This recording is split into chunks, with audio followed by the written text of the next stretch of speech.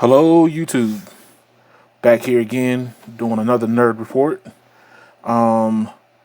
You might not feel as much nostalgia that I might feel about this next story. I feel kind of sad, kind of watching an OG lose out on today's landscape. But before you leave, hit the subscribe button, leave a like, and then stay for the story. But today, a OG is leaving us. So Microsoft announced Skype will close in May.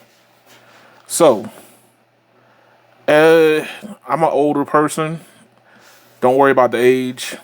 It's my beauty. But uh, the death of Skype. So, if you don't know what Skype is, and probably a lot of people might not know, it was a video chat app, basically like FaceTime, WhatsApp, and for those who's on Android, Google Meet. So Skype came out roughly about August 2003 when it first came on the scene, and it was pretty much in good company. We're talking about like American Online chat rooms, different things. It was offering video, like basically video calling on PC to PC, and it was introduced to the public on Android in September of 2008. So it had a nice little run before Android got a hold of it.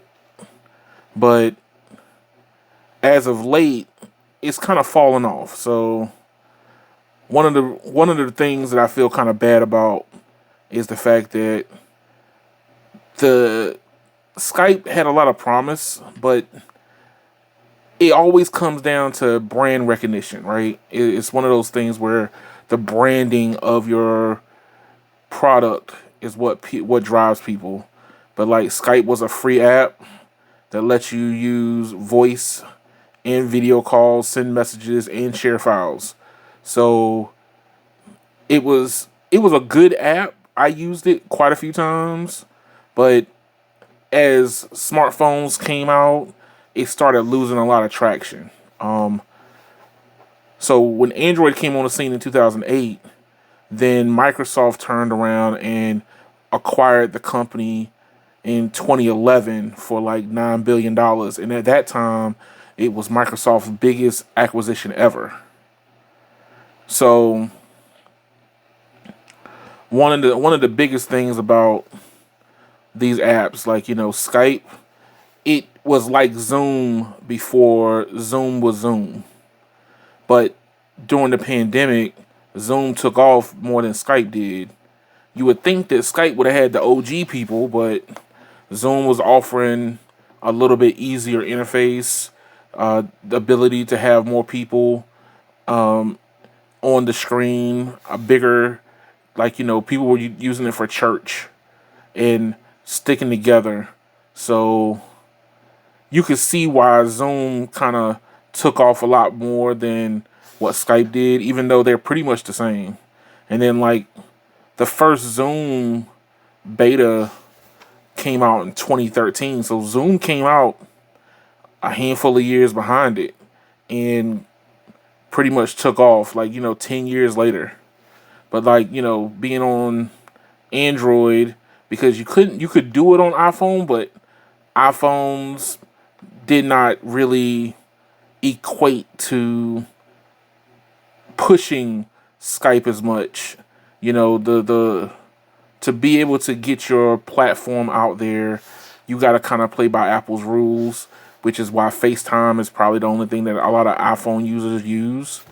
But when smartphones came out, it was harder for an app like Skype to gain a bigger foothold because there were so many different apps. I mean, depending on your friends list, some people were using Skype, other people were using Chat. Google Chat was a direct competitor to Skype. You're talking about being able to download whatever chat app you want to download. And now I mean, there were just countless video chatting apps in Android that finally hit the market. But then now we're down to only three. So you got WhatsApp, which is more nationwide, like more international, which is why why Facebook slash Meta bought WhatsApp. And then you got FaceTime, and then you got Google Meet. I use Google Meet because I find it to be a lot more versatile, and not only for just the PC side, but also for the phone. So it's kind of like the same app, regardless of what environment I'm in. But Skype was not the first and only company offering the services, but also they were allowing public to make computer-to-computer calls for free, which helped popularize the concept, which is one of the biggest things about